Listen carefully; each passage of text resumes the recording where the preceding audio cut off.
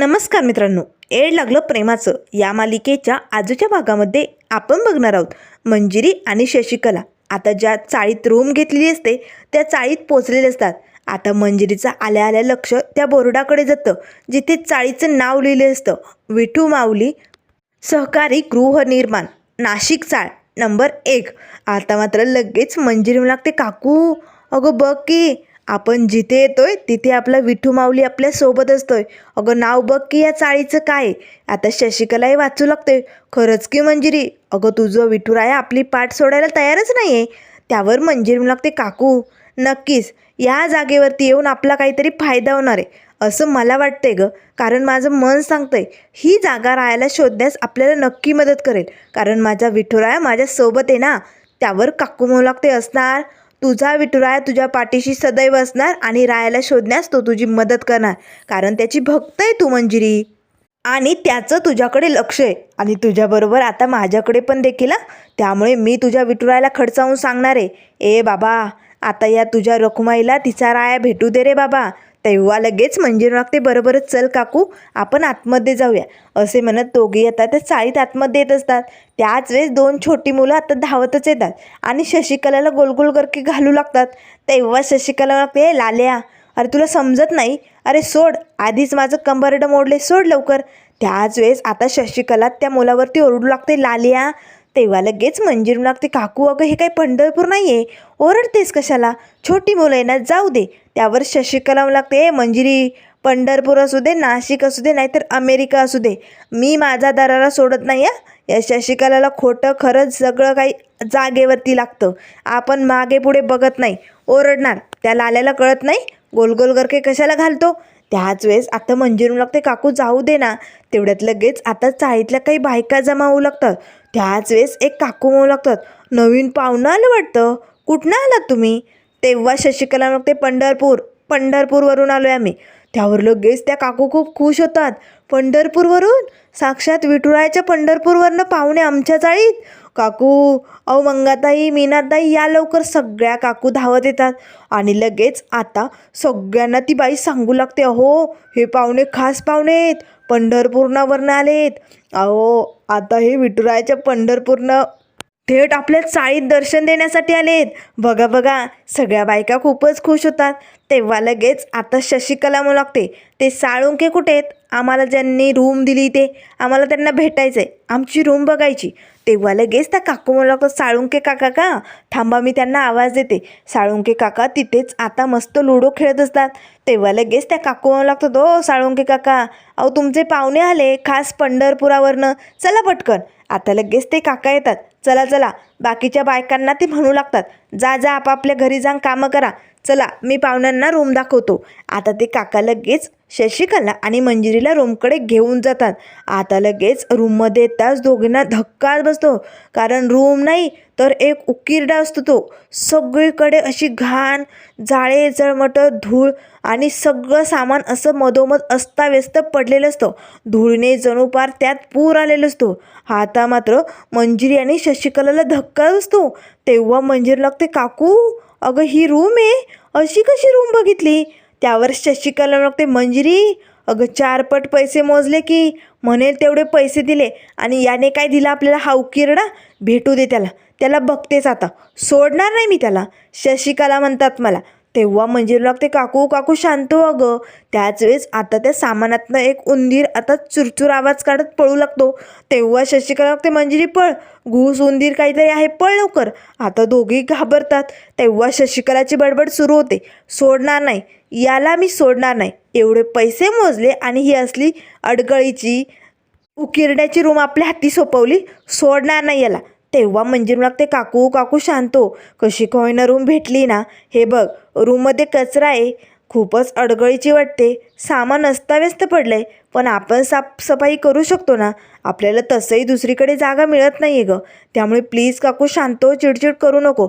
हे बघ तुला त्रास होतोय ना, तू बाहेर बैस, मी सगळी साफसफाई करते, तू टेन्शन घेऊ नको, तू जा बरं बाहेर, मी सगळं अगदी व्यवस्थित लावते. आता शशिकला तिकडनं बाहेर निघून जाते, कारण धुळीमुळे तिला खूपच ठसके येत असतात. तर लगेच मंजिरी आता कमरेला पदर खोचून झाडू घेऊन आता रूमची साफसफाई करायला सुरुवात करते. रूम खूपच अस्ताव्यस्त बिघडलेली असते. तर आता शशिकला बाहेर येतात सगळे चाळीतले लोक, बायका आता जयघोष करू लागतात. आला आला आमचा पप्पू शेट आला, आला आला पप्पू शेट आला असे म्हणत सगळे लोक खूपच आनंदात उड्या मारत असतात.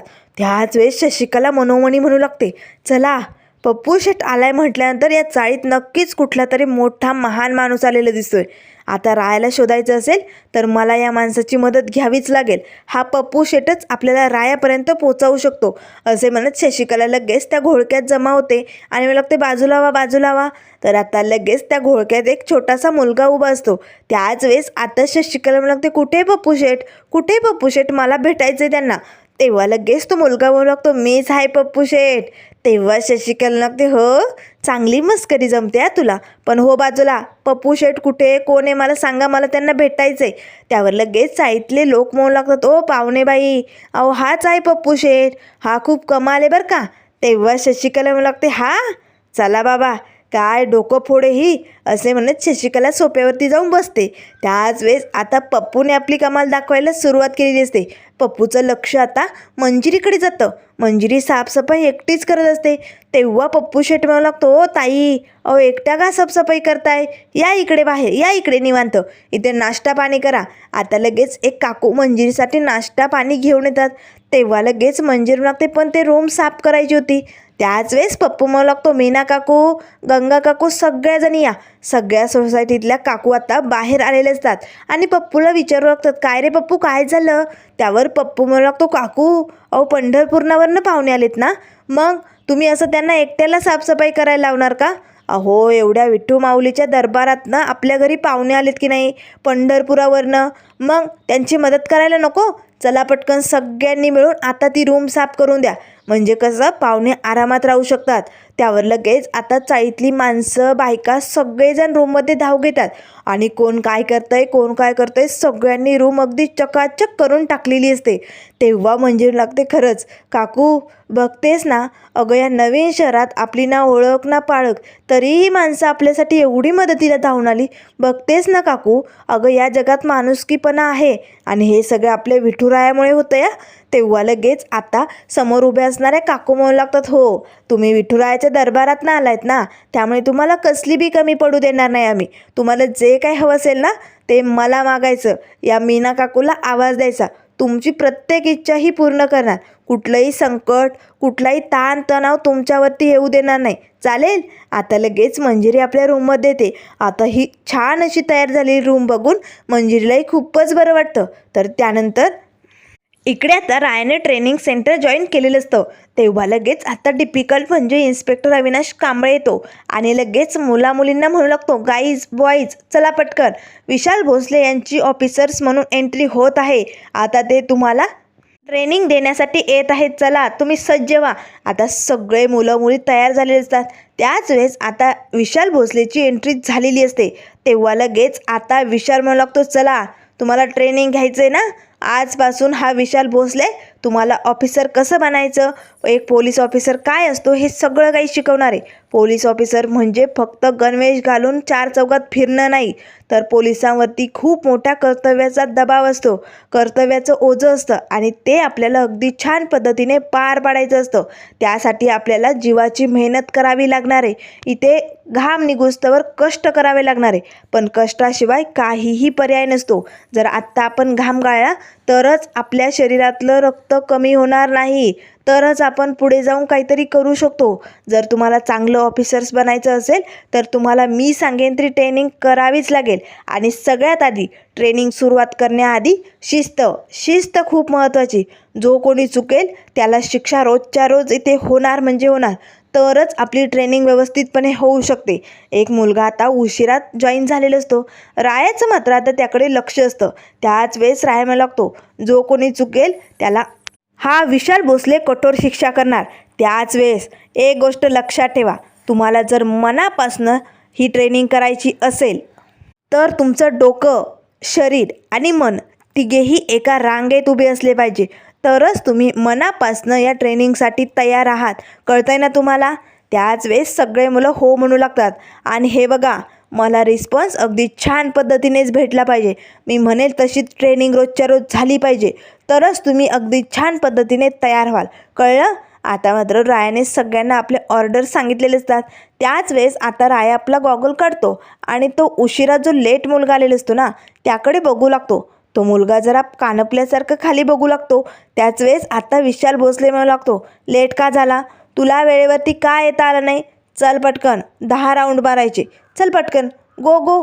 त्याच वेळेस तो मुलगा म्हणू लागतो, पण सर मी तर. त्याच वेळेस आता विशाल भोसले म्हणू लागतो, चल 15 राऊंड मारायचे. तेव्हा तो मुलगा म्हणू लागतो, सर पण 20 राऊंड मारायचे. असे राऊंड आता इथे विशाल भोसले वाढवत असतो. त्याच वेळेस तो मुलगा म्हणू लागतो, यस सर. आता 20 राऊंड मारण्यासाठी तो मुलगा आता धावू लागतो. तर आता रायाने इथे सगळ्यांना ट्रेनिंग द्यायला सुरुवात केलेली असते. आता रायाचं हे सगळं काही नवीन आयुष्य बघून डिफिकल्ट मात्र त्याकडे एकटक बघू लागतो, कारण सगळं काही विसरून रायाने नवीन सुरुवात केली हे बघून त्यालाही बरं वाटतं. तर त्यानंतर आता इथे दुसऱ्या दिवसाची सकाळ झाली असते. सकाळी सकाळी आता मंजिरी मात्र झोपेतनं उठलेली असते. अजून शशिकला काकू झोपेतच असते. तेव्हा मंजिरी लागते, अरे बापरे, अरे जय घोरपडेला फोन करायचं राहूनच गेलं. तो रात्रभर विचार करत असेल आम्ही दोघी कुठे आहोत, त्याला काळजी वाटत असेल. आम्हाला रूम भेटली हे आम्ही त्याला कळवलं पण नाही. आता लगेच मंजिरी पटकन आपला मोबाईल हातात घेते, पण तिचा मोबाईल मात्र स्विच ऑफ झालेला असतो, त्याला चार्जिंगच नसते. तेव्हा मंजिरी पटकन उठते आणि आपल्या बॅगमधनं चार्जर काढून आता मोबाईल चार्जिंगला लावते. त्याच वेळेस आता मोबाईलचं स्विच ऑफ उघडताच आता मंजिरी बघते, तर अरे बापरे, घोरपडेचे रात्रभर एवढे फोन आले होते. अरे देवा, आधी तर मी उचलले नाही, सगळी गडबड झाली. इकडे साफसफाई करायला वेळ गेला आणि त्यानंतर फोन डिस्चार्ज झाला. आता मी काय करू? हा घोरपडे पण ना. आता मंजिरी पटकन जयला फोन लावते. तेव्हा जय लागतो, मंजिरी अगं कुठे आहात तुम्ही? अगं किती शोधलं. अगं रात्रभर मंजिरी तुला आणि त्या शशिकलाला शोधतोय. त्या शशिकलाचाही काही पत्ता लागत नाही, कुठे हरवली ती? तेव्हा मंजिरी लागते, जय जय तू टेन्शन घेऊ नको. हे बघ काकू आणि मी सोबतच आहोत, पण आम्हाला रूम मिळत नव्हती रे. खूप थकलो होतो. कशी बशी काकूच्या मेहनतीमुळे रूम भेटली, पण इथे आल्यानंतर ती रूम अगदी उकिरडा होती. ती साफसफाई करण्यात खूप वेळ गेला, त्यामुळे आम्ही तुला कळवू शकलो नाही. आणि त्यानंतर माझा मोबाईल स्विच ऑफ झाला रे. त्यावर घोरपडे म्हणू लागतो, पण ती शशिकला, तिला फोन करता नाही आला. तेव्हा लगेच आता मंजिरी म्हणू लागते, हे बघ झालं ते जाऊ दे, आता मी तुला पत्ता पाठवते, तू लगेच ये इकडे. असे म्हणत आता मंजिरी फोन बंद करते आणि घोरपडेला पत्ता पाठवते. तर इकडे आता रायाने मुलांना ट्रेनिंग द्यायला सुरुवात केलेली असते. मुलं खूप थकलेली असतात. तेव्हा राय म्हणू लागतो, बास, आजच्या पुरती एवढी ट्रेनिंग पुरे झाली. थकलात ना, आता उद्या जे काही असेल ना ते उद्या, पण रोजच्या रोज जर अशी ट्रेनिंग घेतली तर लवकरात लवकर तुम्ही मोठे ऑफिसर बनाल. आता मात्र थकलेली मुलं लगेच पायऱ्यांवरती जाऊन बसतात. त्याच वेळेस आता लगेच एक मुलगा म्हणू लागतो, अरे हा विशाल भोसले लय डेंजर ऑफिसर आहे. बघ ना, आपल्याला किती ट्रेनिंग देतो, एका दिवसात घाम काढला त्याने नुसता. त्याच वेळेस दुसरा मुलगा म्हणू लागतो, साधासुद्धा नाही आहे हा विशाल भोसले. रायाला मात्र आता या मुलांचं सगळं बोलणं ऐकू येत असतं. तेव्हा लगेच आता तो मुलगा म्हणू लागतो, अरे हा खूप डेंजर आहे. जेलमधनं आलेला विशाल भोसले हा. याने ना एकाचा खून केला होता म्हणून हा जेलमध्ये होता, नाहीतर एव्हा ना कुठच्या पदावरती गेला असता. म्हणून हा आज इथे सेंटरवरती जॉईन झाला, पण तो एखाद्याला मारू पण शकतो. आता मात्र रायाला लगेच त्याच्या पूर्वीचे काही क्षण आठवू लागतात.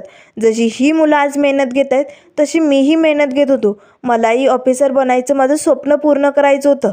रायाने त्यासाठी एकाच क्षणात म्हणजे एकाच दमात 355 पुशअप्स मारलेले असतात. तेव्हा लगेच आता त्याचे ऑफिसर्स त्याला म्हणत असतात, वा विशाल भोसले, तू खरंच आता मोठा ऑफिसर होणार. तुझ्यात जी ताकद आहे, जी दम आहे, जी भावना आहे ती तुला आता पुढे नेणार. राया मात्र खूपच आनंदात असतो.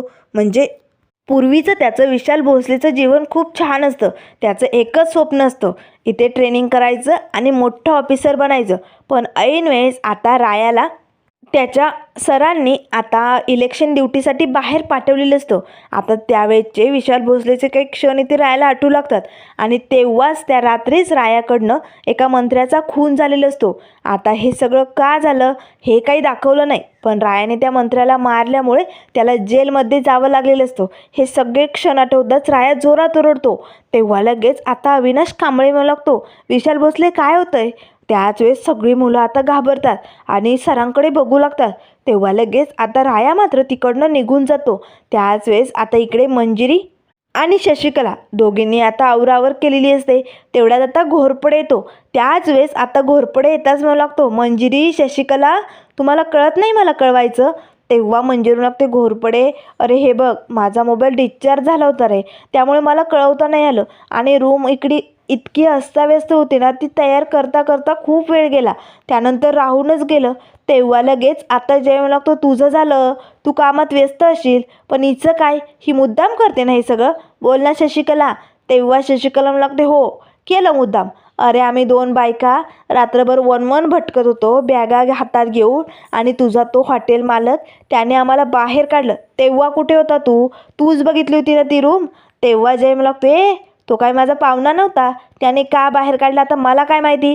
तेव्हा शशिकला म्हणते, बासा, आता मी तुझं काही ऐकणार नाही, कारण ही रूम मी बघितली, मी, शशिकला म्हणतात. दोघांमध्ये आता जोरदार भांडण सुरू झालेलं असतं. तेव्हा मंजिरी ओरडते, बास, थांबा, काय चालू आहे तुम्हा दोघांचं, तुझ्यामुळे माझ्यामुळे, हे बघा भांडण तंटे करून काही होणार नाही. काकू शांत हो बरं. आणि जय, तुम्हाला सांग बरं, तू माहिती काढण्यासाठी गेला होता ना, मग तुला काही माहिती मिळाली का? जय, लवकरात लवकर सांग, रायाचा काही तपास लागला का? तेव्हा जय मला लागतो, नाही, रायाचा तर तपास लागला नाही, पण मी त्या बाईबद्दल माहिती काढत होतो. त्या बाईबद्दल खूप माहिती माझ्या हाती लागली. तेव्हा शशिकला लागते, त्या घाऱ्या डोळ्याच्या मांजरीबद्दल? कोण आहे ती बाई, काय आहे तिचं नाव, सांग लवकर. तेव्हा घोरपडे मला लागतो, इंद्रायणी. इंद्रायणी धर्माधिकारी, पोलीस खात्यातील खूप मोठी ऑफिसर्स आहे ती. आता मात्र मंजिरी आणि शशिकला एकमेकांकडे बघू लागतात. काय, इंद्रायणी धर्माधिकारी? तेव्हा घोरपडे मला लागतो, हो, खूप पोचलेली बाई आहे, खूपच काही तिच्या हातात आहे, आणि ती मोठी ऑफिसर्स आहे. तिच्याकडे सिक्रेट मिशन्स असतात, आणि या मिशनसाठी ती जेलमधनं काही कैदी सिलेक्ट करते. तिच्या मनात जे कैदी येतील त्यांना ती जेलमधनं बाहेर काढते, आणि मिशनसाठी त्यांना त्या मिशनमध्ये सहभागी करून घेते.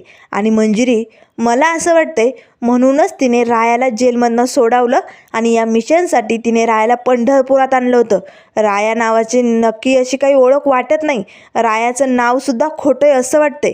रायाही त्या बाईसाठी मिशनसाठी काम करत होता असं मला कळलंय मंजिरी. तेव्हा मंजिरीला चक्कर आल्यासारखं होतं.